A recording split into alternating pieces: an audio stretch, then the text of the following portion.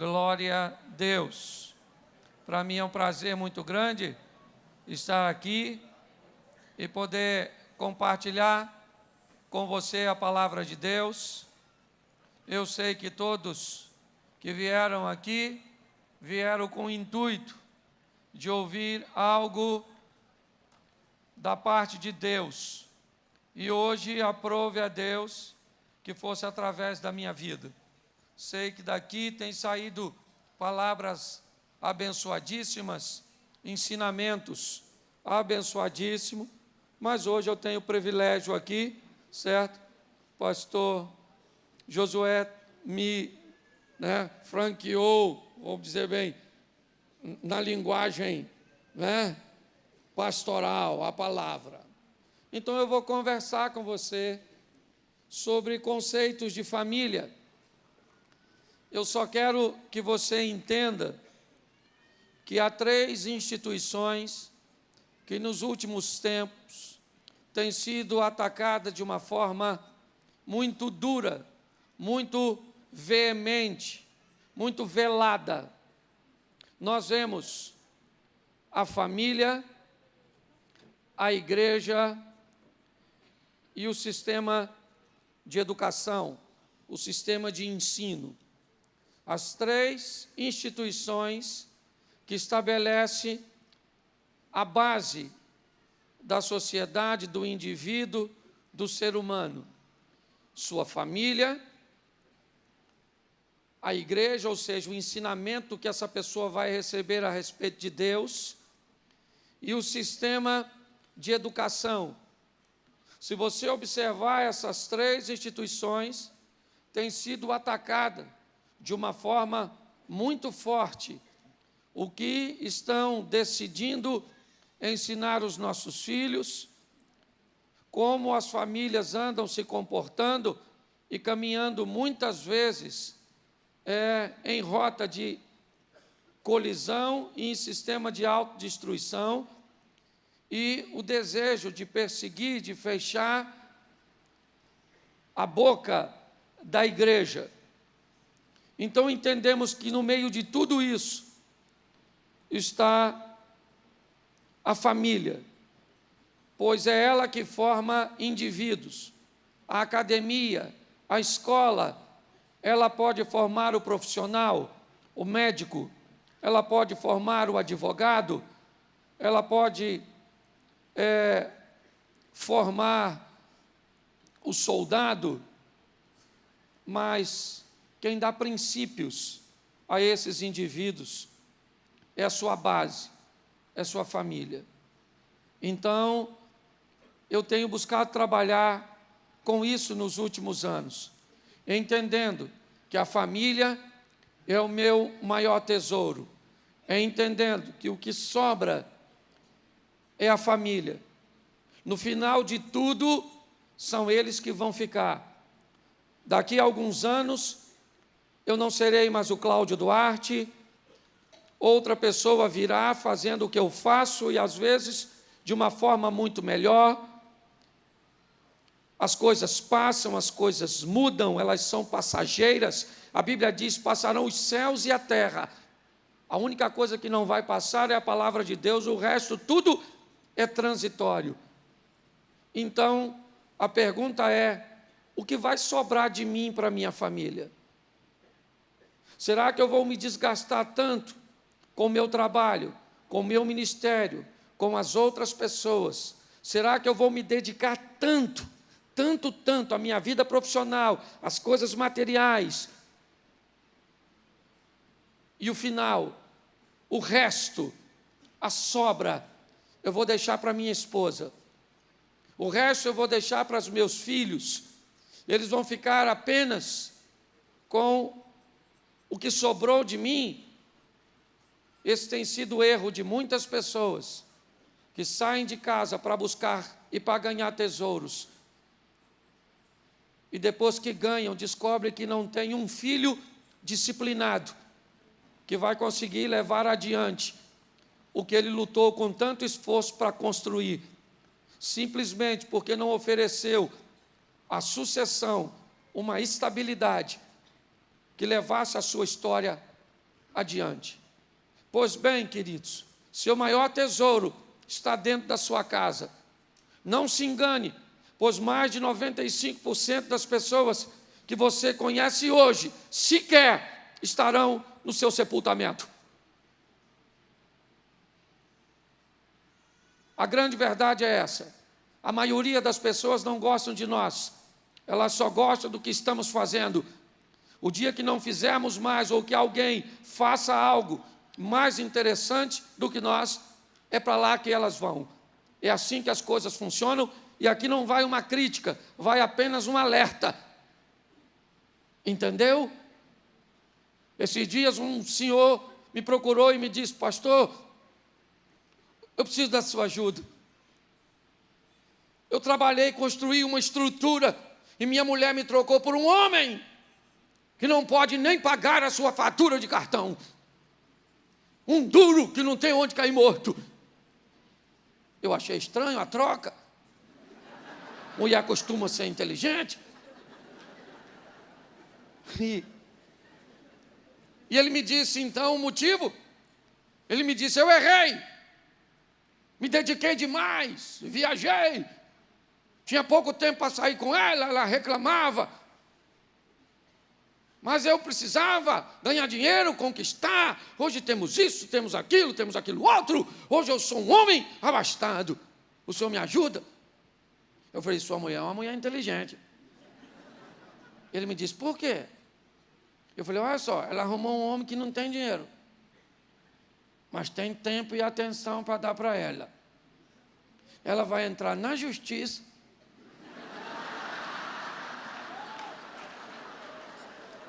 e vai pegar o seu dinheiro para viver com esse...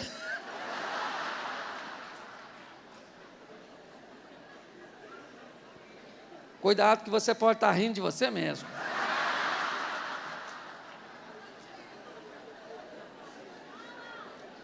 Baseado nisso, eu pedi autorização ao pastor, e me permita só, antes de entrar no contexto da minha palavra, dizer: nós estamos num ano decisivo para a nossa nação. E eu respeito as escolhas de todos. Ok? Cada um tem direito de escolher quem quiser. Eu não preciso de homem para me defender. Para defender, eu tenho meu Deus. Eu não preciso de um homem que venha representar o povo evangélico, uma pessoa para fazer isso. Eu entendo que Deus leva José para o Egito e ele governa durante um bom período sem um hebreu no Egito além dele, governando para povo, indivíduo, quer seja pobre, rico, branco ou negro, quer seja hétero ou homo. O propósito é governar para trazer uma melhoria ao indivíduo, para melhorar a qualidade de vida do cidadão. E como eu disse, eu pedi autorização ao pastor. Já tivemos juntos em Brasília, não faz muito tempo, e conversamos um pouco, ok? Eu não sei e não estou aqui para interferir na sua escolha. Eu só acredito e oro para que Deus te dê a oportunidade de governar e te dê condições de não levar o seu nome, da sua família e daqueles que podem acreditar em você, mas para honrar o nome de Deus. Não sei se a minha opção é a correta em orar por isso e acreditar nisso, mas acredito que todos têm o direito de fazer isso, e só estou fazendo isso nessa igreja porque pedi autorização ao pastor. Então, eu acredito e oro para que isso aconteça, mas precisamos orar por nossa nação, orar pelo nosso país. As pessoas não medem e não têm noção. Nós viemos conversando no carro sobre o ato de heroísmo de uma mulher assassinando um bandido. Mas eu pergunto a você: precisava apostar?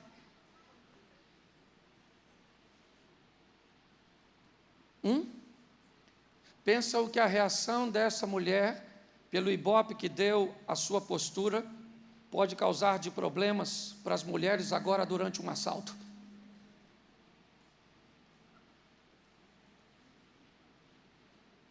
Não sei se você já parou para pensar nisso. Estamos vivendo tempos difíceis. E só quem pode mudar a história da nossa nação é Deus. E Deus precisa usar pessoas para fazer isso. Que tenhamos um coração sábio, um entendimento e uma análise, e sempre respeitando o direito dos outros. Porque no final, segundo a palavra do Senhor, quem governa é aquele que Deus permitiu que governasse. Que seja feita a vontade do Senhor. Amém? Então admiro, já falei isso publicamente em Brasília, conversamos, e que Deus possa te abençoar, e muito obrigado por estar aqui. Ok? Vamos agora ao que interessa. Abra a sua Bíblia. Gênesis capítulo 2.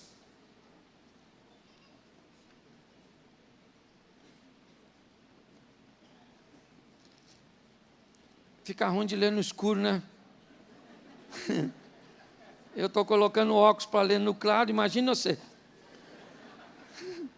Então só escuta se não dá para ler. Gênesis 2:18 diz assim: disse mais o Senhor Deus. Quem foi que disse? Quem foi que disse? E Deus disse assim: não é bom que o homem esteja... Isso aí, feche os seus olhos. Senhor nosso Deus, ajuda-nos, ó Deus. Continua conosco. Usa-me como um canal de bênção para falar de algo tão desafiador que é a família.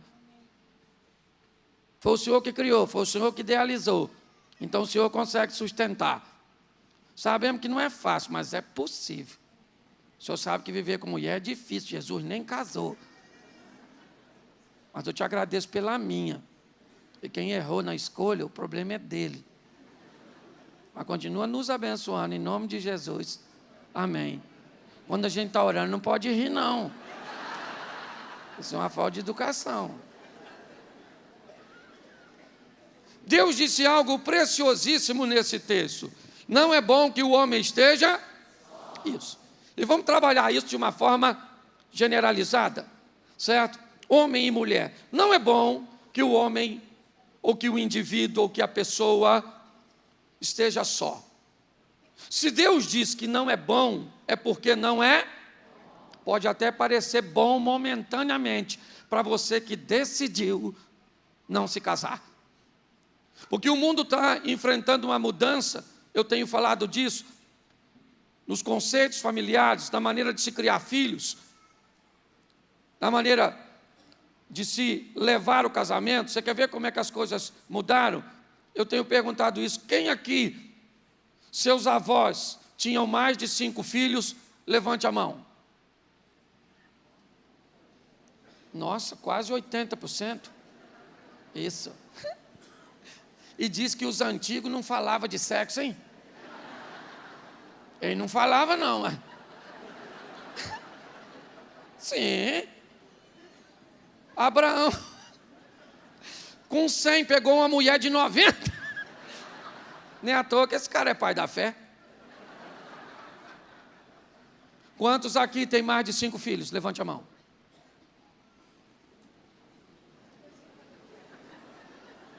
Pois é. Quantos aqui tem 2? Levante a mão. Baixa a mão. Quantos aqui tem 1? Isso. Quantos aqui não pretendem ter nenhum? Seja franco, pode levantar a mão aí. Isso. A estrutura da família está mudando. Essa é a grande verdade. Ter filho se tornou algo caro, algo custoso. Certo? O filho precisa de tantas coisas hoje para ser feliz, para ser educado. Aliás, nem é. Certo? Nós respeitávamos mais. Então há uma metamorfose. Então Deus diz: não é bom que o homem esteja... Isso, então não é bom. Bom é casar, segundo Deus. Pô, pastor, eu não concordo. Pois é, quem está certo, você ou Deus? É lógico que é Ele. Ainda que momentaneamente você está novo, está com todo vigor, está com saúde, está tudo certinho, tem uma rede de relacionamento bem ampla. Isso dá a você o conforto de ter atividades, de ter pessoas para cuidar de você, só que não será sempre assim. Nem sempre você estará com saúde, nem sempre você terá amigos, nem sempre você terá dinheiro. E quando você não tiver amigos, dinheiro e saúde, não tenha família. Mulher e filho, e veja quem vai cuidar de você. Então, querido, por pior que seja o casamento,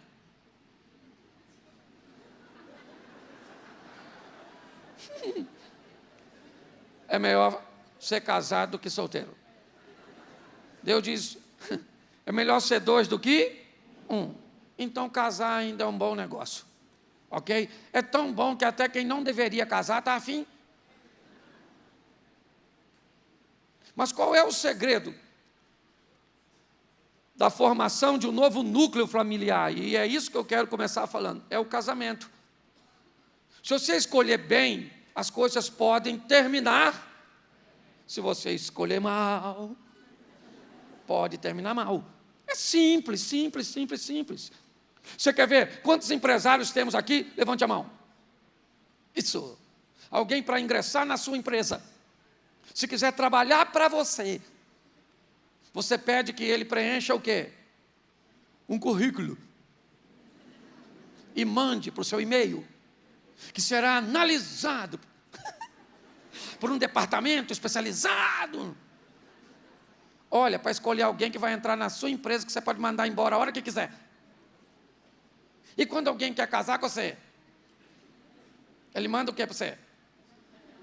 Um currículo? Manda nada, você não pede nada. Quando um rapaz quiser ou estiver interessado em você, fala para ele, anote o e-mail. Tem uma equipe especializada para analisar você, para ver se você está apto a ingressar na minha vida. Ninguém faz isso. É ou não é? Às vezes casa com a primeira, ou com o primeiro. Não pode demorar muito a casar, que já li aquele texto, aquele que vier a mim de maneira nenhuma, o lançarei fora. Sim. Critérios de escolha. Se utilizarmos isso de uma forma criteriosa, não precisa ser muito. Esse dia uma moça falou, pastor, eu quero um homem bonito, inteligente, rico, fiel e crente. Eu não aguentei, eu falei, para casar com quem? Que você não tem requisito para preencher esse formulário. Se esse homem existir, certamente não é para casar com você. E ela olhou para mim como que ele diz, grosso.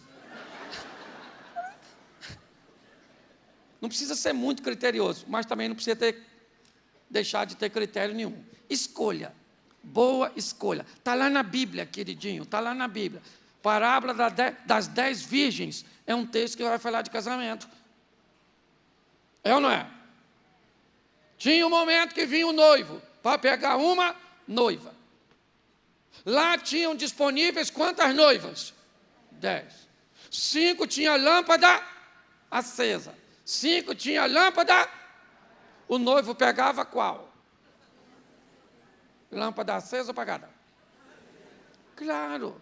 Você pegaria alguém no escuro? Você não sabe nada da pessoa. Você não tem informação nenhuma. Vai descobrir depois. É isso? Então o texto já está dizendo, noivo não ponha ninguém, não ponha no escuro. Entende? Porque o casamento acende uma lâmpada tão forte, que tudo aquilo que você não viu no escuro, você vê depois que casa. Aliás, essa é uma dinâmica muito estranha do casamento, porque a regra deveria ser, antes de casar, abra o olho. E depois que casar, fecha o olho, que passou já era. Hoje o que as pessoas fazem? Antes de casar, fecha o olho. Depois que casa, abre o olho. Eu não vi isso. Dana-se. O problema é seu, não é meu, você não viu? As pessoas não sabem nada. Você quer ver? Agora, os homens casados aqui, quantos homens casados temos aqui? Levante a mão. Isso. Você certamente conhece sua esposa e casou com a mulher que você conhece, e eu vou provar isso aqui agora. Preste atenção. Se sua esposa se acidentasse nesse ambiente, caiu agora aqui, bateu a cabeça e rasgou, começa a sangrar. Chega o socorro, e o socorrista diz: sua esposa, querido, corre risco. Nós precisamos fazer uma transfusão de sangue. Então, qual o tipo sanguíneo dela? Sua mulher ia viver ou morrer? Fala agora aí para mim.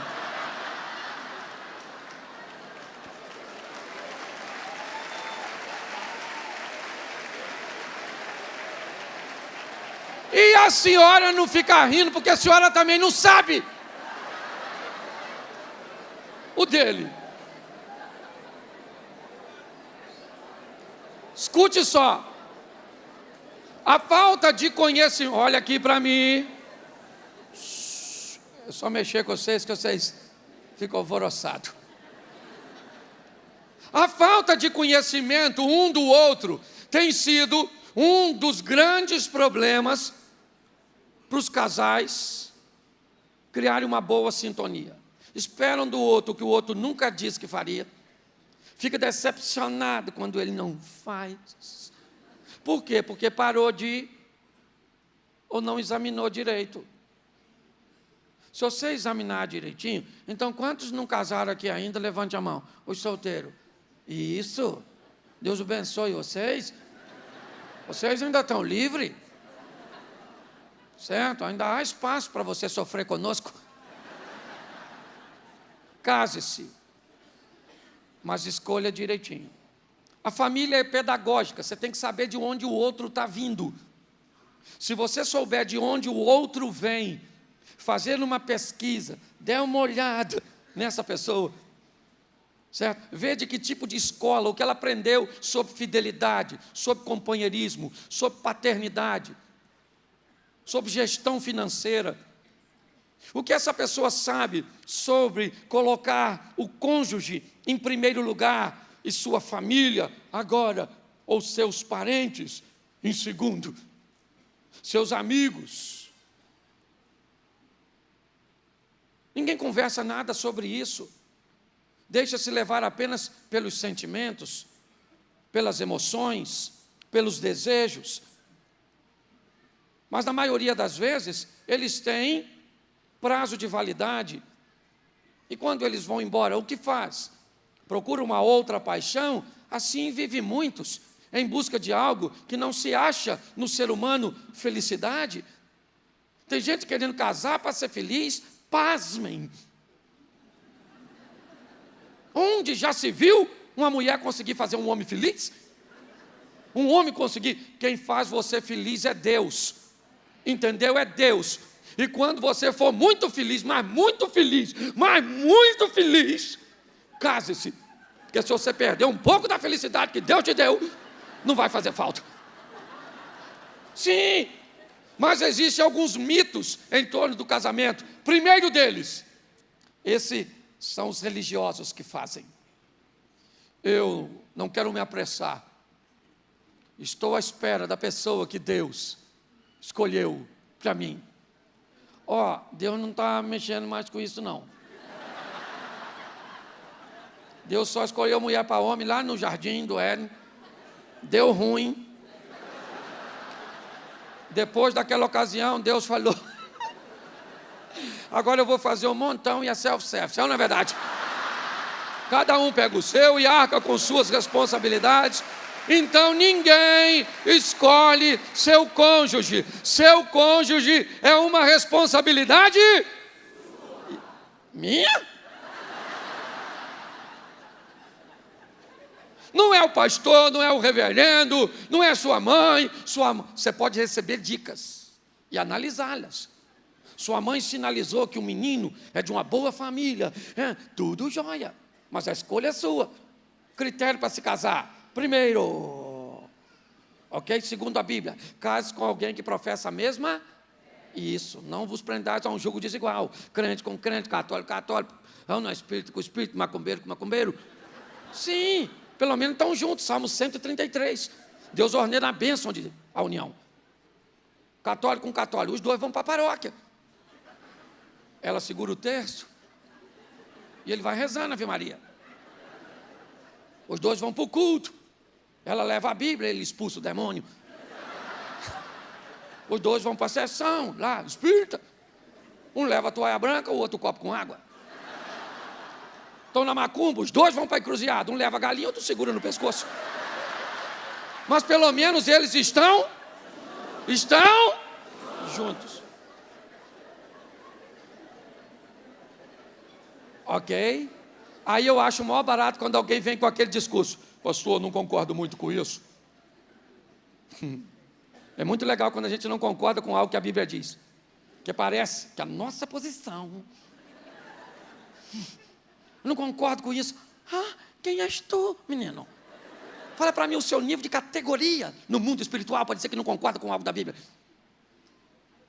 Ah, pastor, nem acredito em inferno. Não precisa, meu filho. Isso é um requisito. Chega lá e fala para o Satanás.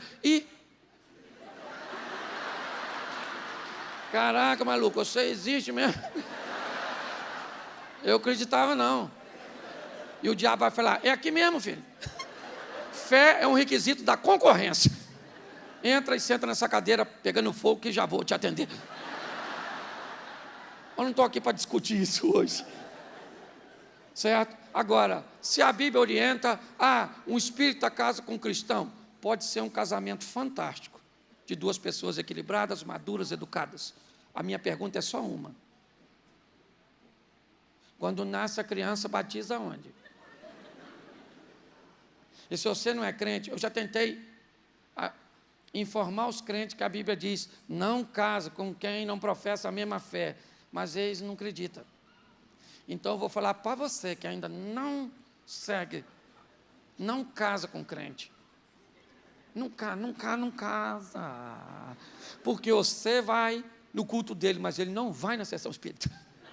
Ele é mal educado. Ele vai orar para tirar você. Gente, é uma instrução bíblica, Deus falou. Não vai ser legal. Entendeu? Segundo requisito, na hora de escolher alguém, escolha alguém que os seus hormônios se interessem. Entendeu? Ele tem que sinalizar. Você é crente, mas você tem que olhar para aquele moço que você está interessado e falar: nossa, gente, que eu estou pensando que ele vai fazer comigo. Deve ser o diabo. Não, isso é hormônio, não é demônio. É parecido, mas é diferente. Porque tem gente que quer espiritualizar o que é físico. Então, se os seus hormônios não se interessam por ele, ainda que sua mãe fale, olha, minha filha, que menino bom. Você olha seus hormônios e faz assim. Aí você fala, mamãe, menino bom. Espera papai morrer. E casa a senhora com ele. Se nós estabelecermos uma boa escolha, as coisas podem ficar muito mais fáceis. Quero casar com alguém, se examinar, tem todo o direito, mas o ônus pode ser alto, certo? Quero casar com alguém que já foi casado, pode ou não? Pode ou não? Claro que pode, só precisa saber que é mais caro. Sim, porque você está entrando com alguém, ou num relacionamento com alguém, que está solteiro, ou porque se divorciou, ou porque ficou viúvo. Se ficou viúvo, eu aconselho você a examinar direito, porque normalmente quem morre é sempre o bom. É sempre o mocinho, o bandido fica. Ok? E segundo, se vem de um relacionamento que fracassou, seja qual for o motivo, pode trazer, certo, resíduos emocionais que o tornem possessivo, ciumento, Uma série de fatores. Quero casar com alguém que já foi casado e tem filho. É mais caro um pouco. Só vai aumentando. Porque você tem que ser maduro o suficiente para saber que depois que você se casa com alguém que tem filho, o filho dessa pessoa passa a ser de quem? Seu. Se você não é maduro para aceitar isso, não case. Entendeu? E quando você tiver um filho com essa pessoa, seu filho com essa pessoa, não é, olha só, mais importante que o filho que a outra pessoa já tem. Se você não é maduro, e aí você vai cuidar desse menino, educar esse garoto, e quando você fizer uma festa na sua casa de aniversário, quem é que vai? O pai do menino. Não deu R$1 para a festa. Parece lá mascando um chiclete. E de olho na sua mulher que está legal, porque você está fazendo manutenção. E o menino ainda torcendo para a restauração familiar, fala o que é com o pai dele? Pega, pai, pega, pai, pega. O problema é que as pessoas não fazem essas contas, sabe? Hoje, você se casou com alguém que tem um filho de 3 anos e ele mora com a mãe. Está tudo certo, você só manda o dinheiro. Você acha que esse menino vai morrer com 5? Não.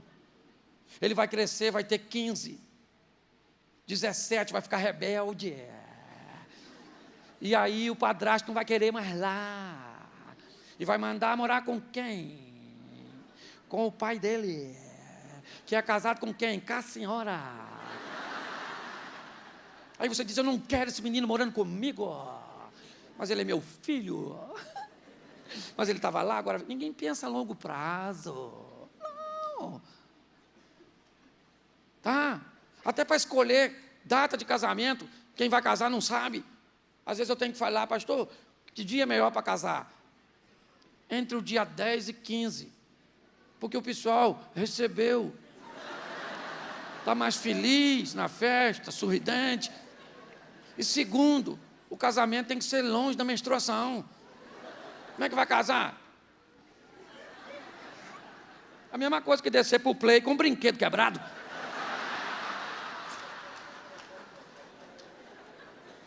São coisas tão simples que as pessoas acabam não vendo. Então, se avaliarmos, qual é a grande questão? Hoje, a maioria dos problemas que eu ajudo a equacionar, eles não são problemas de verdades, eles são fantasmas, criados por uma metodologia errônea, por um desequilíbrio de comunicação, de ação, por uma ausência de percepção de sentimentos. Pessoas que sequer são capazes de descobrir que o que a esposa disse não é aquilo. Aquilo é apenas o reflexo de um sentimento que a perturba e que ela não sabe como direcionar da forma correta. Pessoas se desequilibram com coisas extremamente simples. Vou dar um exemplo para você, quer ver? Um exemplo. Sua mulher manchou uma camisa sua. Você olha, então, era uma camisa que você gostava muito. E você diz a ela assim, você manchou minha camisa. Ela diz, foi sem querer. E ele diz, uma camisa cara que eu gostei tanto e usei apenas uma vez. Ela diz, deve ser o cloro da água. E ele diz assim, sua mãe deveria ter te ensinado a lavar roupa. Olha, ela manchou a camisa dele. Ele manchou a integridade da mãe dela. Onde é que esse troço para?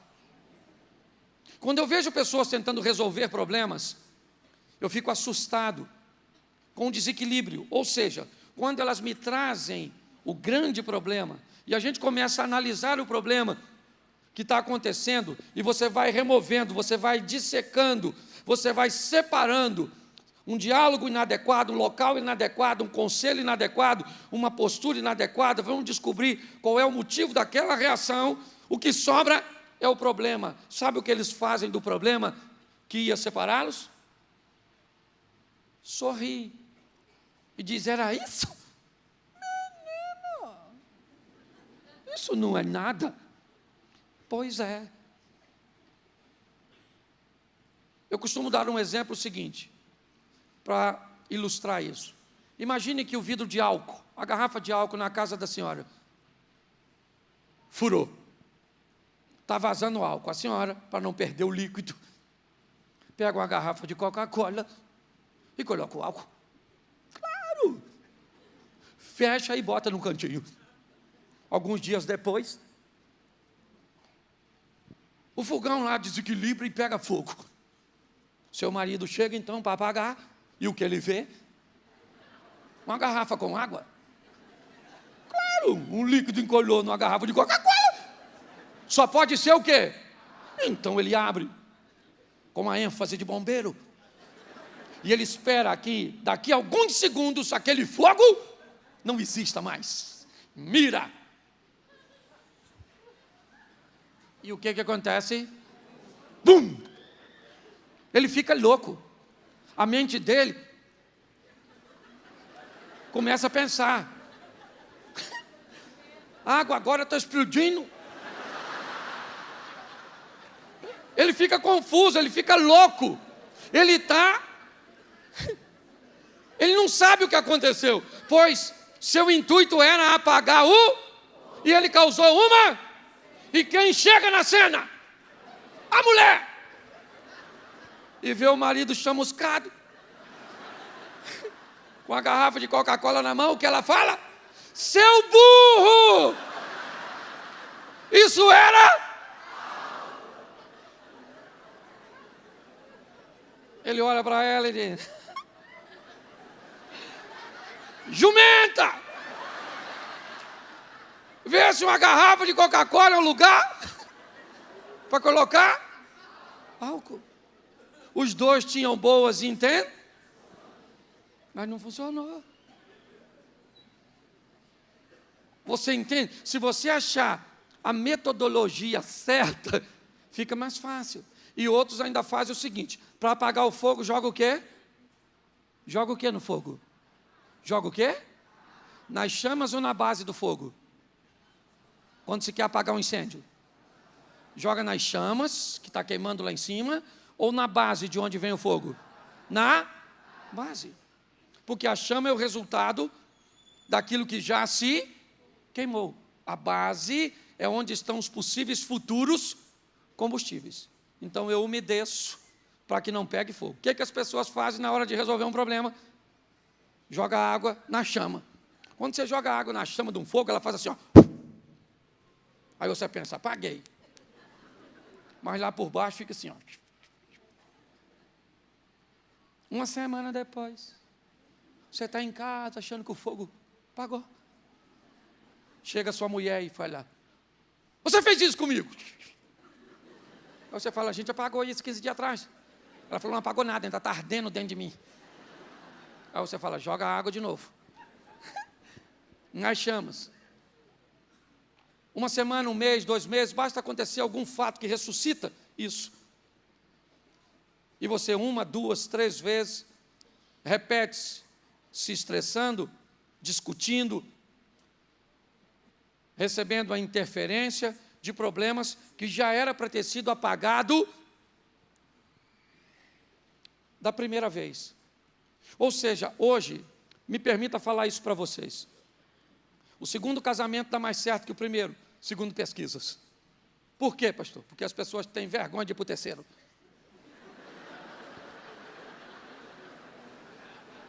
Então elas toleram no segundo o que não toleravam no em off. Muitas delas me procuram: pastor, esse é tão ruim, pastor. O outro era um santo, perdesse. Mas agora eu não posso mais voltar para o outro. E ir para outro vai parecer que ruim sou eu. Então é melhor ficar com esse. Então deixa eu te dar uma notícia: essa mulher é ruim, mas é sua. Esse marido não é o que a senhora esperava, mas foi o que a senhora escolheu. Onde a senhora estava com a cabeça? Não sei. Mas se você descobrir que você não está casado com a pessoa errada. Você está agindo de forma errada ao lado da pessoa certa. É isso que tem acontecido. Então, se nós descobrimos, eu tenho brincado com isso nas minhas palestras, sobre a família pedagógica, a didática que o indivíduo vem para formar o novo núcleo familiar. Ela vem de uma casa. Nessa casa ela recebeu valores, princípios. Por exemplo, uma mulher foi criada num lar, deixa eu exemplificar, o lar da Barbie. Pastor, que lar é esse? Daquilo tudo arrumadinho, tudo no seu lugar, sabe? Paninho, bibelôzinho, mofadinho azul na frente da vermelha, chinelinho para andar aqui, outro para andar lá, tudo arrumadinho, tudo certo. Tem algum problema ser educada nesse tipo de casa? Sim ou não? Claro que não, isso é uma bênção.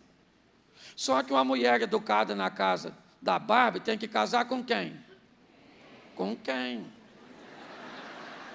Isso, com quem? Imagine uma mulher dessa casada com um cara treinado na casa da mãe Joana, onde nada tem horário, nada tem lugar. Aquele pessoal que vai tomar água na geladeira, sabe? Toma quase tudo e deixa um dedo. E a garrafa na geladeira. Eu acho que ele pensa que quem vai tomar água depois deve ser um passarinho. Mas não tem horário, não tem nada. Aquele camarada que tira a cueca e faz assim para jogar no cesto. A mulher fala, seu porco nojento, imundo, dissimulado. Ele não é nada disso. Ele é treinado na casa da mãe Joana. O problema é que ele casou com a mulher treinada em outra casa. Porque se ele casasse com a mulher treinada na casa da mãe Joana, quando ele fizesse assim, a mulher fazia assim, e está tudo certo. Não teria problemas. A grande questão é que a senhora saiu de um lar e recebeu referências, princípios, costumes, horários e toda uma dinâmica que não está batendo com a desse cara. Aí a senhora acha, não dá para viver junto. Dá, vai por mim que dá. Eu costumo brincar com a escola que está em ascensão, a escola das mulheres empoderadas, mulheres fortes, dinâmicas, bem resolvidas, as mulheres que não precisam mais de homem. Glória a Deus. Deus abençoe a independência feminina. Certo? Então, mulheres treinadas nesse tipo de lar, elas crescem para ser forte. Sabe? Eu costumo chamar esse ambiente do clã das hienas. Porque no mundo animal, no mundo da hiena, quem manda é a fêmea. O macho é passivo. Quando uma mulher é hiena, ela cria filha para ser dominante. Pode notar a garotinha pequenininha que é filha de hiena, bota a mão na cintura, encara todo mundo, escolhe o que quer vestir, a hora que vai sair, na televisão quem vê é ela. Isso é uma hienazinha. Se você quiser identificar uma hiena, olha só, sua esposa diz assim, amor, acho que precisamos fazer uma mudança no nosso apartamento. Abrir uma porta aqui, trocar aquele papel de parede, colocar um porcelanato, rebaixar o teto e pintar aquela cor.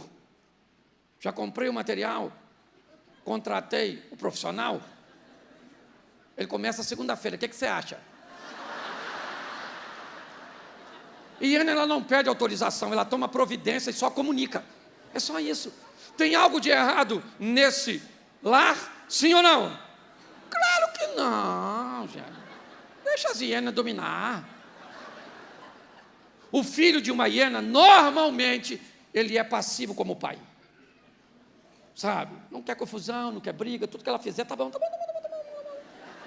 Deixa ela. O menino só não é assim se ele for rebelde. Aí ele pode estourar e ir para o oposto. Mas normalmente ele é passivo como pai. E não tem nada de errado nisso, gente. O problema é que ainda tem o lado dos remanescentes, os lobos, os machos alfa, aqueles caras que não parte o cabelo, racha a testa, os caras que não tomam mel, chupa abelha, é ou não é verdade? Ainda tem desse tipo de homem? Levanta a mão aí. Os machos. Isso, pouco, mas tem. Tá ruim, tá em extinção essa turma. Este lá também treina pessoas. Ele também é pedagógico. E no lar dos lobos, a fêmea é treinada para ser dominante? Não, dominante é o macho alfa, que vai sair, arrumar uma fêmea, certo? E montar sua matilha. E a fêmea é tranquila, viu o pai resolver tudo, está em busca de um homem com algumas características. Tem nada de errado nisso, tem? Claro que não. O ruim é que os opostos se atraem. E tem filha de hiena casando com filho de lobo. Aí dá ruim. Você quer ver? Você joga um futebol todo sábado. Há 20 anos quase. Com seus amigos de infância. Você é filho de lobo. Vamos imaginar se você fosse filho de hiena primeiro. E você casou com a filha de uma hiena. 2 meses depois do casamento, essa mulher, filha de hiena, olha para você e diz assim: ó, eu não estou gostando desse negócio de futebol sábado não. Você vai esse sábado, despede do pessoal, porque você não vai jogar mais bola. Sabe o que o filho da hiena faz? Droga. Agora eu vou parar de jogar a bola, sabe? Mamãe já implicava, agora é ela. Agora imagine essa moça casada com o filho de um lobo.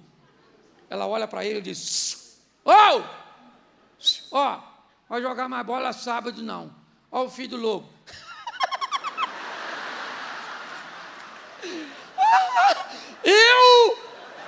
Eu vou parar de jogar bola.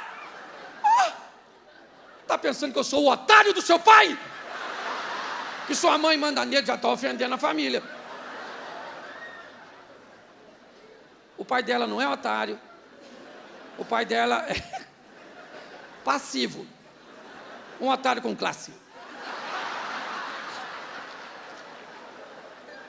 Escute só. Uma menina treinada, ou melhor, um menino treinado num lar dominado por hienas, ele viu quem resolver as coisas? A mãe. E uma menina treinada num lar dominado por lobos, ela viu quem resolvia as coisas? Então, aí eles casam. 3 meses depois, a dobradiça da porta está soltando.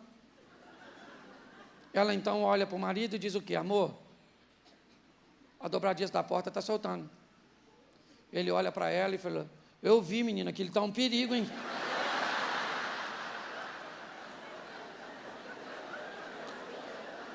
A cabeça dela diz o quê? Se eu falasse isso com meu pai, ele pegava a parafusadeira e a parafusava isso agora. E ele está pensando: vem falar comigo. Mamãe resolvia. Não tem nada de errado nisso. O errado é que eles não viram de qual escola o outro veio. Sim, nós temos outra escolinha também, que se tornou muito comum. E essa talvez. A escola dos aglutinados. A turma do tudo junto. Aqueles que vêm de uma família que todo mundo se mete em tudo. Sabe? Não tem fofoca, é assunto comunitário. É tudo pertinente. Se viajar para uma casa de praia, 50 pessoas numa casa de 2 quartos, dorme tudo montuado, ensaboa com o mesmo sabonete, enxuga com a mesma toalha, penteia o cabelo com a mesma escova, escova o dente. Se vai comprar um carro, vai para a concessionária, 10 pessoas, entra tudo junto, se mete no motor, na cor, no modelo. Se morar em cidade interior, é o pai num quintal grande, construindo a casa no meio, e os filhos, tudo ao redor, parece um assentamento indígena. Dia de domingo é tudo na casa do outro, ninguém avisa que vai, porque parente de aglutinado é igual fantasma, ele parece. Tem alguma coisa de errado nisso? Sim ou não? Não. Só que quem é treinado nesse ambiente tem tendência a gostar desse furdunço. E aí tem a outra escola, a escola dos dispersivos. Isso. O cara que não visita ninguém, nem gosta de receber visita. Se vai comprar um carro, compra o mesmo modelo, a mesma cor, só um ano mais novo e chega em casa de noite, para ninguém saber que ele trocou de carro. O glutinado troca o preto pelo vermelho, bota um rodão, um som e manda entregar em casa com laço e pitando assim. Sabe o que é o maior barato? Pensa essas duas famílias no jantar. Aglutinado com dispersivo. É muito legal. Esse é um dos motivos pelos quais um não gosta de frequentar e tem hábito de não gostar muito de relacionar-se com a família do outro. Olha só, imagine um aglutinado indo jantar com um dispersivo, a família. Dispersivo chega no restaurante, pega a cadeira e faz assim, ó.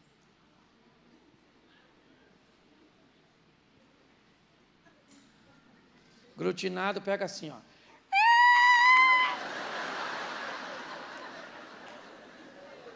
Dispersivo chama o garçom assim. Aglutinado. Uau! Ô, irmão, toma aqui um tempão, ó.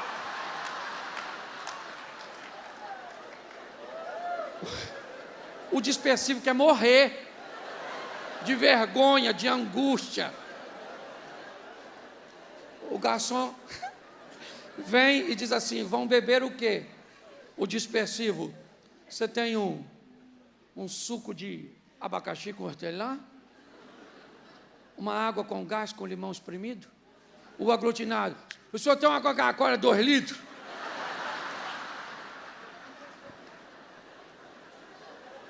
Me explica quando é que as duas famílias saem de novo para jantar? Nunca mais. Não tem nada de errado com elas. O errado foi que alguém misturou, sem avisar. Não tem problema filho de lobo casar com filho de hiena. Eu sou filho de lobo, casei com a filha de uma hiena. Minha sogra era hiena, a avó dela hiena, tudo hiena. E eu fui treinado em lares de lobo. O que eu tenho que ter para conviver com a minha esposa? Maturidade. Minha mulher é uma mulher independente, dinâmica, sabe o que quer, não se deixa manipular. É o jeito da dona. Então, o que eu falei? Para a gente viver junto, tem que ter maturidade. E ficar velho é obrigatório, mas amadurecer é opcional. O que a gente faz lá em casa? Urina. Para marcar território. Eu sei que eu chego lá, cheiro. Isso aí é ela que resolve, não sou eu não. Há um tempo atrás, a secretária lá de casa falou, pastor, a patroa está brava, ela quer mandar eu embora.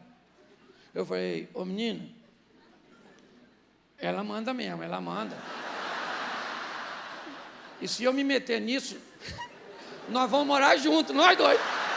Ela vai mandar embora você e eu, porque essa é a área dela. Tem coisas que ela resolve, tem coisas que eu, e tem coisas que resolvemos, e está tudo tranquilo. Entendeu, Iana? Vamos imaginar o dispersivo visitando a casa do aglutinado. Isso é só informação para você se adaptar, ok? Só estou te dando comparações. Você não vai viver isso, você vai viver coisas similares. Um dispersivo visitando um aglutinado. Casa de aglutinado é maneiro. Entendeu?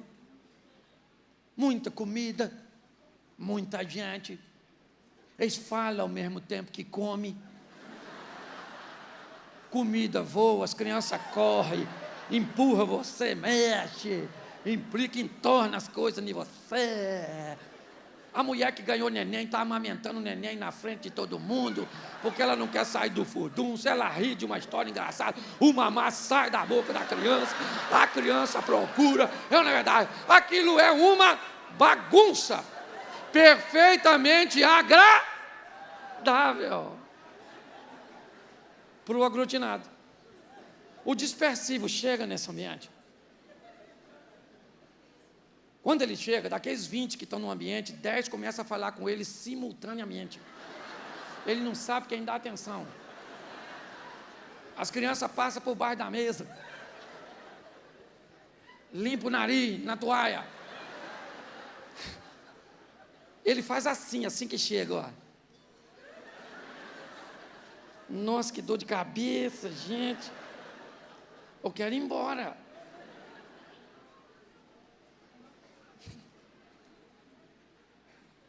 Quer fazer o contrário? Vamos pegar o glutinado para visitar a casa do dispersivo? Casa de dispersivo é um troço sem graça. Quase não tem comida. Você chega lá, o que tem? Um pratinho com 2 torradas, uma geleia light, com um bulizinho pequenininho, com água quente, que eles vão botar um sachê de chá de camomila, adoçar com mel, e eles jantaram. Um aglutinado chega nesse ambiente, ele come o prato, o bule, e ele fala: eu não volto nesse local, que isso é uma miséria. Um povo miserável.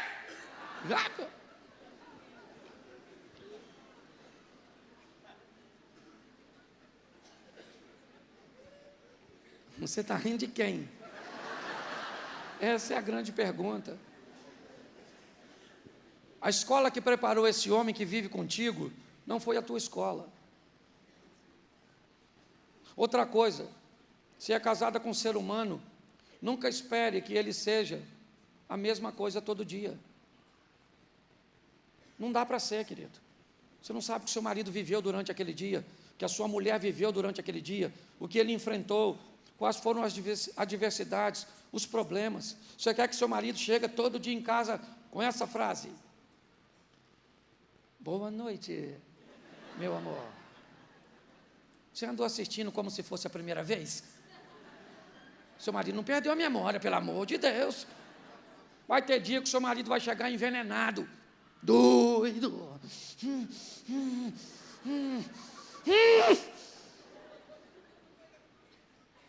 Ele está certo ou errado de chegar assim? Certo. Ele é gente. Vai ter dia que ele chega e é a senhora. Ai, meu Deus. O que você tem que fazer quando isso acontecer, filho? Falar como é que está, para o outro saber. Porque você não casou com a mãe de Ná. E nem com o Chico Xavier. Ninguém psicografou para ele o jeito que a senhora ia chegar. Ok? Então chega e fala. É muito mais fácil. Querida, olha, hoje cheguei, estou chegando agora, e hoje não dá para nada, tá bom? Eu não estou bem, deu tudo errado, eu estou uma pilha de nervo, não tem nada a ver com você, mas pode virar tudo contra você.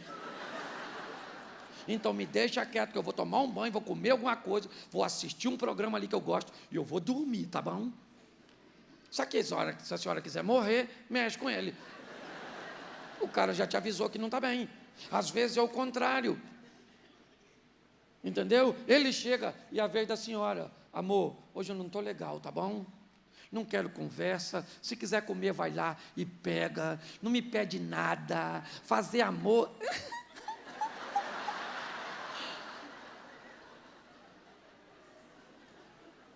Mas não. Ninguém fala como chega.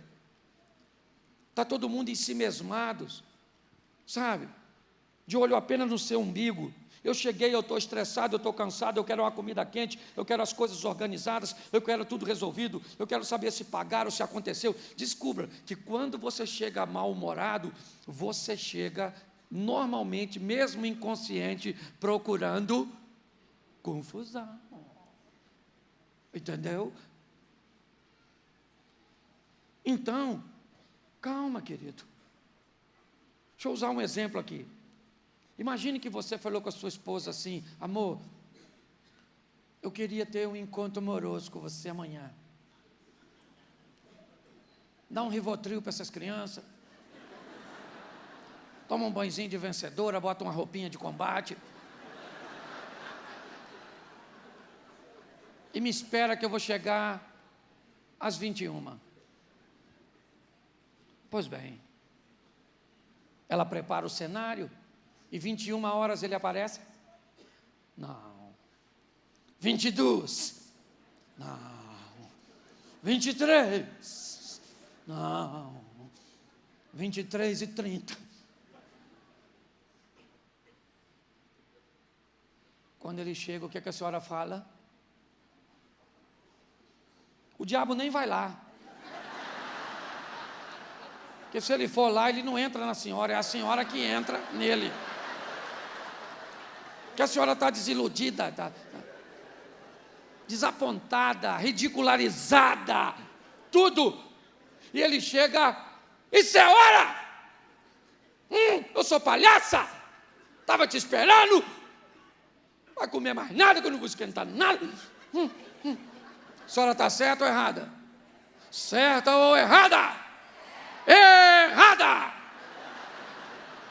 A senhora não sabe o que aconteceu. Espera ele chegar. Reúna suas forças. Convoque o Espírito Santo. E olha para ele e diz: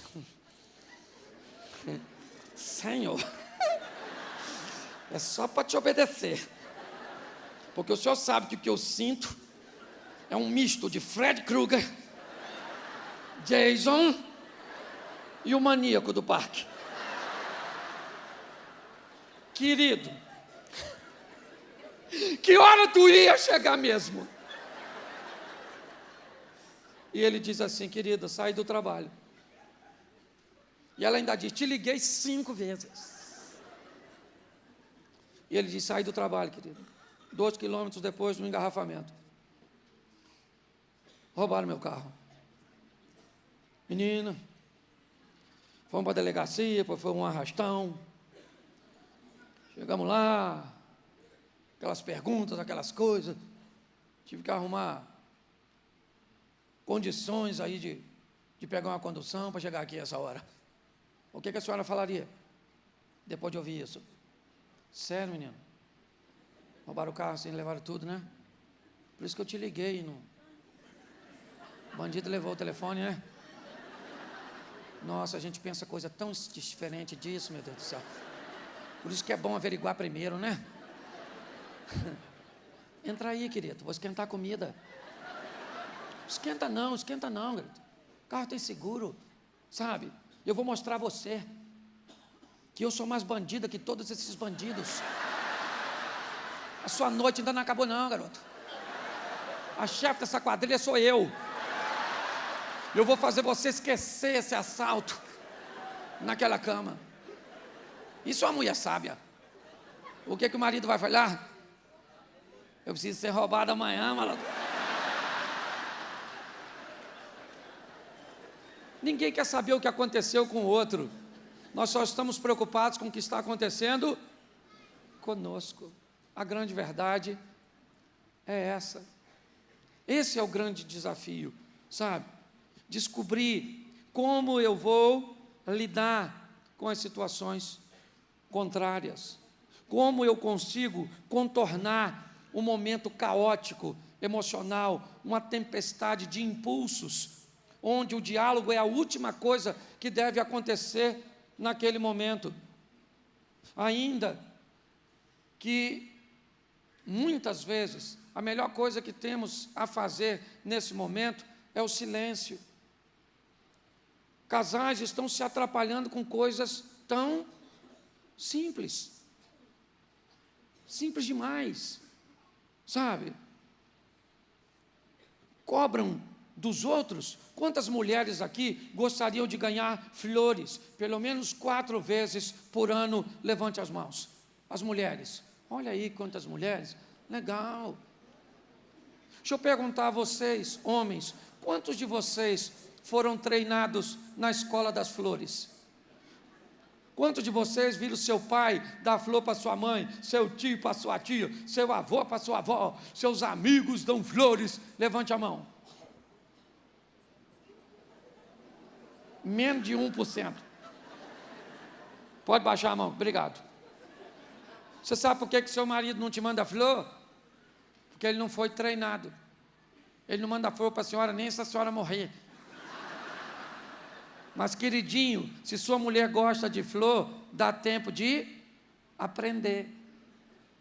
Põe no celular a data do aniversário dela, a flor que ela gosta.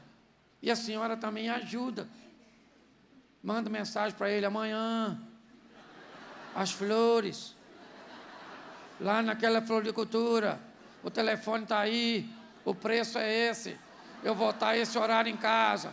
Manda entregar que eu vou ficar surpresa.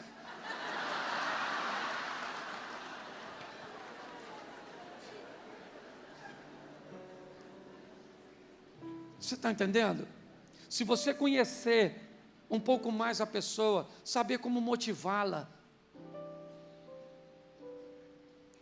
É isso que está faltando nos casais. Você não está casado com a pessoa errada, não. Deus fez tudo certinho. Você errou um pouquinho na escolha. Mas Deus acertou isso. Isso. Pastor, eu estou no 2º casamento. Pois é, querido. Vamos embora. Não deveria estar no 1º. Mas está no 2º. Deu ruim lá. Então agora é esse aí mesmo, filho. Pastor, mas eu acho que eu errei de novo. Oh, meu Deus. Fica aí mesmo. Senão vai errar de novo. Sim. Seja mais gentil. Sabe qual é o problema? Sabemos o que o outro quer que façamos, só não fazemos. Você quer ver? Mulheres aqui presentes, qual é a coisa que o seu marido mais gosta de fazer com a senhora?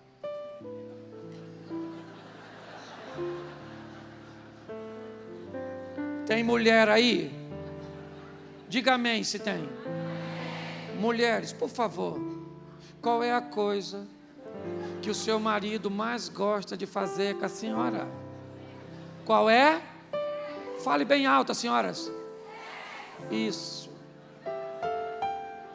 Senhoras, qual é a coisa que a senhora menos faz com seu marido?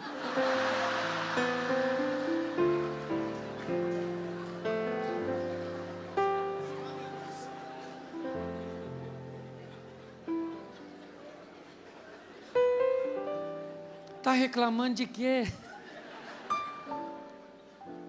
Eu sei que as mulheres normalmente sempre estão offline, indisponíveis, porque o homem tem dificuldade de estabelecer a conexão. Todos os animais, queridos, se preparam para atrair uma fêmea. Passarinhos cantam, pavão fica colorido e dança, o crocodilo chacoalha a água, e você faz o quê? Você olha para ela e diz o quê? Hoje tem? Querido, nem o crocodilo faz isso.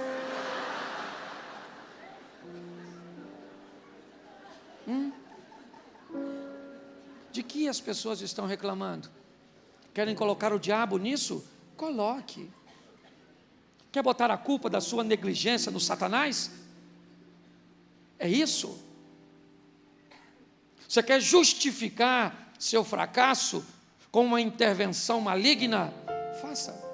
Mas provavelmente Deus não deve ser o Senhor da sua casa, porque se Ele fosse, o diabo não ia interferir lá.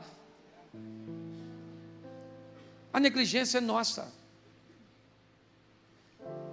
Sabe, se eu pegar meu telefone agora e ligar para casa, eu tenho 26 anos de casado, o jeito que minha mulher atende o telefone, eu sei o que eu posso falar, porque eu conheço. Pego o telefone e ligo, ela atende, eu digo: oi querida, Te amo. Ok, cheguei aqui e estou morrendo de saudade. Volto amanhã, meu amor. Um beijo, boa noite, bons sonhos. Se eu ligar e ela atender de outro jeito, eu digo: cheguei, querida, está tudo certo, Deus te abençoe, viu? Boa noite. Se eu ligar e ela atender de outro jeito, eu digo: foi engano. Você conhece seu marido, você conhece sua esposa. Me permita falar um pouquinho com vocês sobre a família que cede o cônjuge, sogra, cunhado, os agregados. Se você ainda não casou, escolha alguém que você goste da família, porque é ruim demais viver com uma pessoa que você não gosta ninguém da família dela, a não ser ela. Isso vai ser doloroso demais, pois você vai tentar isolar a pessoa de seus familiares. Ok? Eu vejo muita gente fazendo isso. E mulher brasileira tem um mal. Me parece que ela cria filhos para se casar com eles. Porque tem um negócio de perder filho, sabe? Olha ele, emagreceu depois que casou, amarrotado. Ele gosta do meu feijão. Minha senhora, pelo amor de Deus, vai cuidar do seu marido. Sim, porque me parece que a mulher, quando vê o filho casar, sabe o que ela pensa? Meu Deus, o homem que eu queria que fosse embora está ficando. E o homem que eu queria que ficasse está aí. Pois é, querido. E você que casa, por favor, tenha maturidade de entender que seu pai não chegou, ou sua família chegou onde chegou, da noite para o dia. Você não vai ter os mesmos recursos financeiros, talvez não vai poder viajar da mesma forma, frequentar os mesmos lugares, usar as mesmas coisas, por um bom período, no início do seu casamento, onde as coisas estão se consolidando. Eu vejo muitas meninas casadas e treinadas num lar extremamente abastado, e quando elas se deparam com a dificuldade de construir alguma coisa, quer que o pai dela continue trocando seu carro, continue bancando todas as coisas. Por favor, não faça isso. Descubra o prazer de construir uma história a dois. Pare de, mediante a qualquer discussão, principalmente naquelas fases de adaptação, os períodos iniciais, sabe? O estresse dos afazeres, ligar para casa e chorar com a mamãe. Não, querido. Começaram um casamento. Eu acredito que muitos aqui começaram praticamente sem nada. Quando eu casei com minha mulher, eu não tinha nada. Hoje eu não tenho quase nada. Mas eu melhorei do nada para o quase. Agora tudo eu construí ao lado de uma guerreira. Eu não vou trocar minha guerreira por uma aventureira. Eu vou viver com a mulher que construiu as coisas comigo até o fim da minha vida. Estou cansado de ver homens que constroem um império do lado de uma guerreira, de uma mulher fantástica, que ele jamais seria ou teria o que tem se não fosse do lado dela. E preste atenção, essa mulher envelhece, mas você também envelhece. Eu já cansei de ver homens ingratos, e normalmente o final da vida desses é ficar doentes, porque isso é uma ingratidão tremenda, e costumam ser cuidados por suas esposas. É importante entendermos isso. São valores que estão sendo jogados fora, sabe? Hoje nós abordamos determinadas situações, determinados assuntos, e às vezes passamos por ridículos. Quando eu vou falar sobre fidelidade, Eu fui esses dias dar uma palestra sobre castidade. Primeiro, que eu falei depois de uma sexóloga. Pensa, a mulher levou até uma banana para botar um preservativo para os adolescentes ver. Chega eu. E podia fazer pergunta. Um dos meninos olhou e falou: pastor, o senhor não acha muito perigoso se casar sem antes provar? Eu falei: menino, o perigo não está só nisso. É muito mais perigoso do que isso. Mas eu queria informar você, e disse isso ao menino, e digo a todos vocês. A maioria das pessoas, quando eu vou aconselhar que estão falando de divórcio, eu pergunto: tinha uma vida sexual ativa antes do casamento? E elas me respondem: sim. E eu descobri que se provar antes fosse a certeza de viver juntos para sempre, a maioria dos casamentos que se desfazem não teriam sexo de forma precoce. O que falta nos casamentos é santidade. O que falta no casamento é gente disposta a ouvir o que Deus tem a dizer. O que falta nos relacionamentos são as pessoas serem sensíveis, não apenas para ouvir o que as pessoas estão falando, mas o que elas estão sentindo de verdade durante o período que falam. Essa é a grande verdade. Então, eu digo com conhecimento de causa, você não precisa separar deste homem. Não. Seu filho não casou com a pessoa errada. Um número bem pequeno, pode até acontecer isso. E eu quero terminar falando de filhos. Quem tem filhos aqui? Levante a mão. Quase todo mundo, né? Graças a Deus. A Bíblia diz que filhos são herança do Senhor. Flechas na mão de um valente. Isso é fantástico. Sabe? Flecha, um objeto disparado para chegar bem mais longe do que eu cheguei. Alguém que eu vou impulsionar para atingir um alvo. Isso são filhos. Criar filhos hoje tem sido um grande desafio, porque eles parecem precisar de muito mais coisas. Sabemos que nossos filhos chegam numa idade onde uma coisa é muito importante para eles: aceitação. Eles precisam ser aceitos. Há tribos nas escolas, nas igrejas, e elas precisam estar inseridas.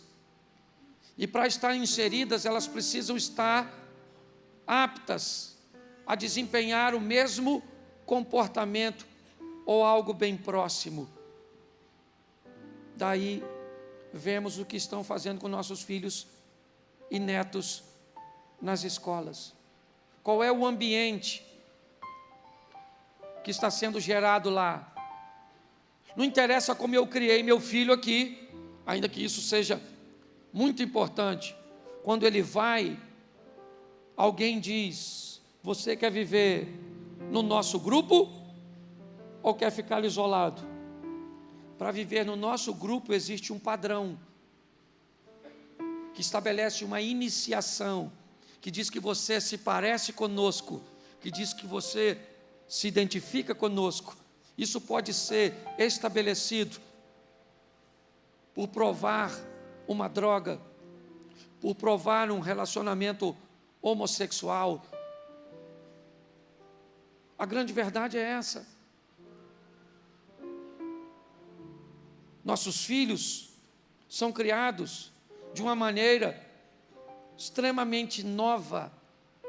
E o mais interessante, há muito tempo atrás, quando Sandy Júnior faziam sucesso com um programa, numa entrevista, uma repórter perguntou a Sandy, ela ainda era uma menina: você criaria seus filhos do jeito que você foi criada? E ela disse, sem pensar: criaria, porque eu sei que deu certo. Esses dias eu estava num encontro de adolescente, devia ter, sei lá, uns 200, 300 adolescentes, e eu ia dar uma palestra à noite. Cheguei, antes um pouco do jantar, me colocaram num local, e serviram o jantar para mim. Os adolescentes estavam conversando, quando de repente, uma das cozinheiras sai pela porta do refeitório e diz assim, chama o nome de uma menina, e diz logo em seguida, sua mãe está no telefone. Acho que lá não pegava celular, era só fixo. E quando ela disse, sua mãe está no telefone, mais um alvoroço no meio dos adolescentes. Vai lá, nenenzinha, mamãe está te chamando, bebezinho, quer saber se já tomou mamadeira, chupetinha. E eu fiquei calado, porque eu não me meto com gangue. Fiquei quieto, mas no meu interior eu estava louco para falar alguma coisa, mas eu esqueci da menina. Minutos depois, ela me sai da porta do refeitório, e quando ela chega quase no meio, ela diz assim, minha mãe ligou para mim, para saber como é que eu estou. Se ligar de novo eu atendo, e atendo quantas vezes ligar, porque ela me ama. Se a sua mãe não liga para você, isso não é problema meu. Menino, a minha vontade era fazer isso, só não fiz porque a gangue ainda estava lá.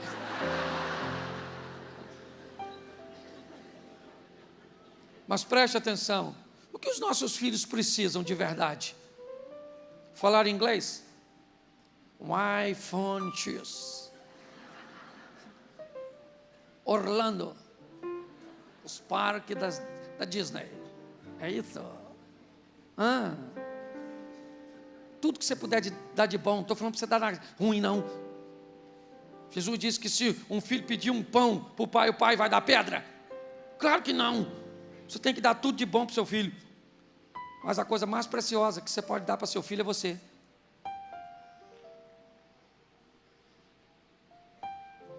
Eu fui criado com meu tio. Meu tio me deu muita coisa nessa vida. Hoje ele é falecido. Muita coisa, muita. Mas uma coisa meu tio me deu. Um brinquedo. Que eu sinto falta. É a única coisa que eu queria. Meu tio era fortão. Eu chupava dedo. E eu sentava no colo do meu tio. E aqui na lateral ele tinha uma verruga grande assim. Ele era forte, gordo assim, então ele gostava de ficar sem camisa. E eu sentava no colo dele assim, e meus 2 dedos assim, ficava assim, ó. Você acredita que de tudo que eu tive nessa vida, o que eu mais tenho falta é da verruga, daquele colo forte, onde eu parecia totalmente protegido. A rebeldia, às vezes, é a maneira que seu filho encontrou de chamar a sua atenção. Quem já não ouviu a frase, esse menino parece que gosta de apanhar? Gosta mesmo, é inconsciente, porque é quando ele se sente tocado. Pastor, mas de forma agressiva? Sim, a mente humana é mais confusa do que você pode imaginar. Ele acaba tendo prazer em receber aquele tipo de atenção. Quantos aqui furaram o pé com prego? Levante a mão. Cortaram o pé no caco de vidro. Cortaram a cabeça no arame farpado. Usaram que chute. Comeram aquele pirulito chamado Zorro. Engasgou com bala soft. Comeu aquele biscoitinho chamado Mirabel. Contou História de fantasma na pracinha. E quando foi embora, o fantasma foi atrás de tu.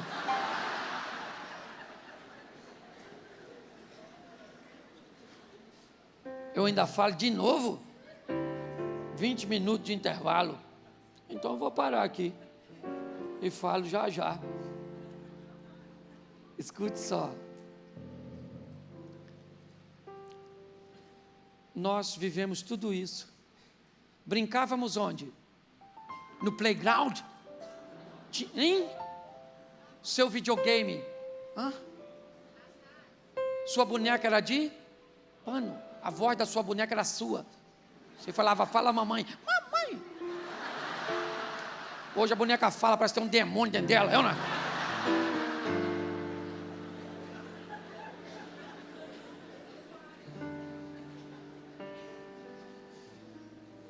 Os nossos filhos precisam mais de nós do que nós podemos imaginar. Me perdoe porque eu perdi o embalo e fui falando, fui ficando motivado. Mas a gente ainda tem que conversar mais um pouquinho. Quem vem para cá para fazer o intervalo, pastorzão? Eu vou tomar uma água.